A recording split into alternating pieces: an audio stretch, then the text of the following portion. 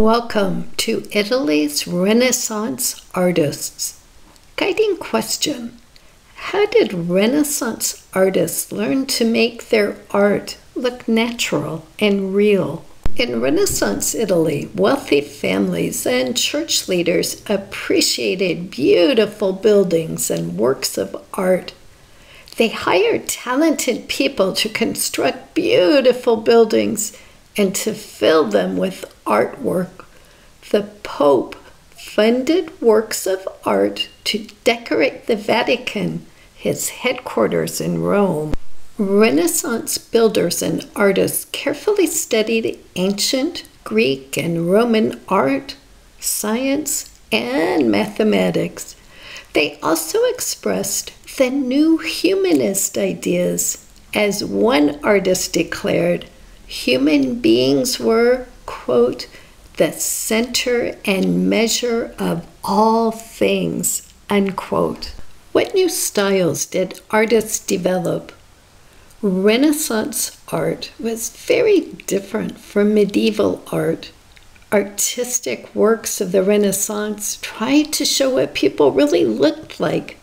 They also tried to reveal people's feelings.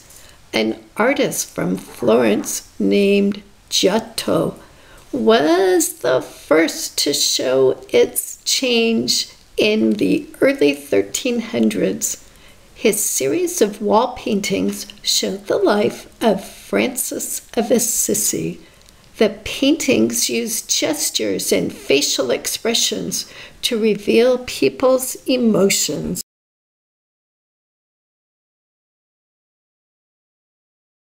Renaissance painters also used new methods that brought life, color, and action to their works. The most important was perspective, a way of showing people and things as they appear at different distances. Artists in the past had tried to use perspective, but Renaissance artists such as Leonardo da Vinci perfected it. Perspective, as used by these artists, gave paintings a realistic, three-dimensional look. Renaissance artists studied the human body to learn how to draw it accurately. They began to experiment with light, color, and shade. To make their paintings more realistic, artists used a technique called chiaroscuro. Chiaroscuro used light and shadows instead of stiff outlines to separate objects.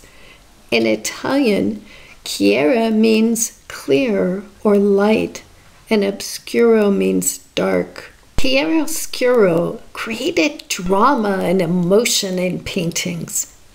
Many Renaissance artists painted on fresh, wet plaster with watercolor paint. A painting done this way is called a fresco, which means fresh in Italian. Frescoes were painted in churches all over Italy. Who were the leading Renaissance artists? The period between 1490 and 1520 was the golden age of Italian Renaissance painting. Three of the most famous artists of the Renaissance were Leonardo da Vinci, Michelangelo Buonarroti, and Raphael Sanzio. Leonardo da Vinci was born in Florence. He is known for the Mona Lisa, a portrait of a young noblewoman. He gave her a smile that makes the viewer wonder, what is she thinking?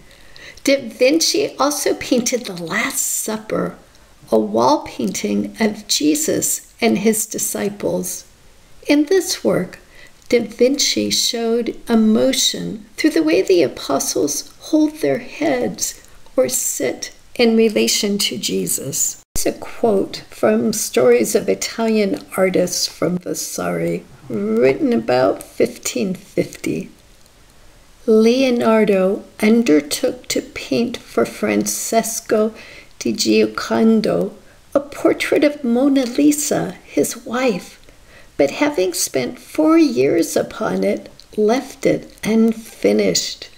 This work now begins to King Francis of France, and whoever wishes to see how art can imitate nature may learn from this head. Mona Lisa being most beautiful, he used, while he was painting her, to have men to sing or play to her, and buffoons, which are clowns, to amuse her, to take away that look of melancholy which is so often seen in portraits. And in this of Leonardo's, there is a peaceful smile more divine than human. Another great Renaissance artist was Michelangelo. Michelangelo was an influential architect and poet, as well as a sculptor and painter. He began his career as a sculptor in Florence. In 1508, Pope Julius II hired Michelangelo to work at the Vatican. There, Michelangelo painted the ceiling of the Sistine Chapel with scenes from the Bible. These paintings are still famous today. A noted Renaissance biographer praised Michelangelo, quote, "The work, the Sistine Chapel ceiling, has been indeed a light of our art, illuminating the world which had been so many centuries in darkness. Oh, truly happy age, and oh, blessed artist, who at such a fountain can purge away the dark films from our eyes.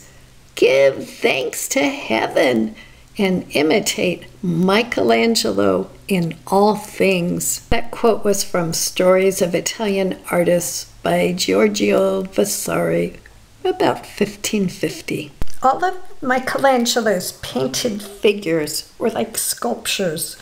They had muscular bodies that showed life and power. The scene of the creation of Adam appears on the ceiling of the Sistine Chapel in Rome. This rather frightening scene shows the Last Judgment, in which Jesus and his mother Mary are encircled towards the bottom.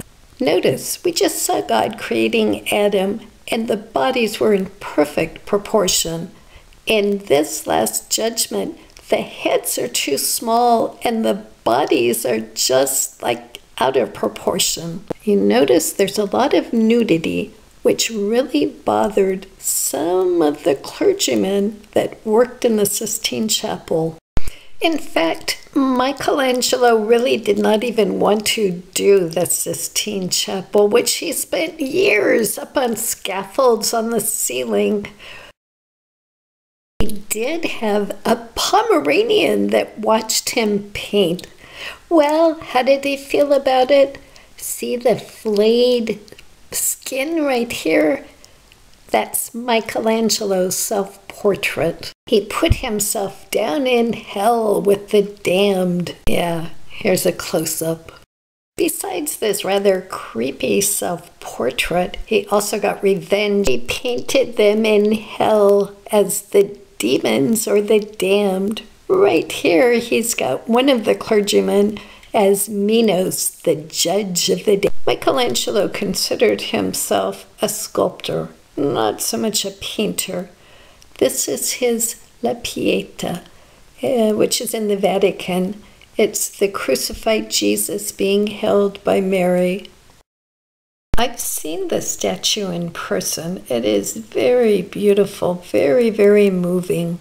Like Michelangelo, Raphael worked in the Vatican. Artists in the Renaissance didn't so much just work in a studio producing art they wanted to do. Instead, they had patrons that would pay them to usually paint or sculpt something specific. Raphael painted many frescoes for the Pope, Perhaps his best-known fresco, seen here, the School of Athens, shows Greek philosophers. People also admired his paintings of Mary, the mother of Jesus.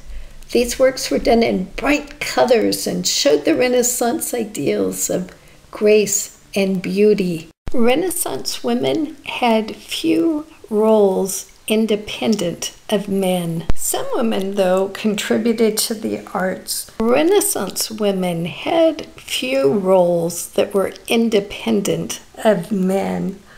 Some women, though, contributed to the arts. These women were either daughters of artists or children of nobles. The most celebrated female artist was Artemisia Gentileschi. She was one of the first women to paint historical and religious scenes. This historical religious painting is called Jael and Sisera, and the woman Jael is killing this Sisera. It's from the book of Judges in the Old Testament. Hey, check your understanding. Can you describe how the technique of chiaroscuro changed art during the Renaissance? Oh, here's a hard one. Can you explain how so many Renaissance artists were able to afford to produce beautiful work? Hint: how did Michelangelo get the opportunity to paint the Sistine Chapel? Psst, his patron was the Pope. I loved learning how Renaissance artists learned to make their art look natural and real. I'm inspired to do some painting. See you next time.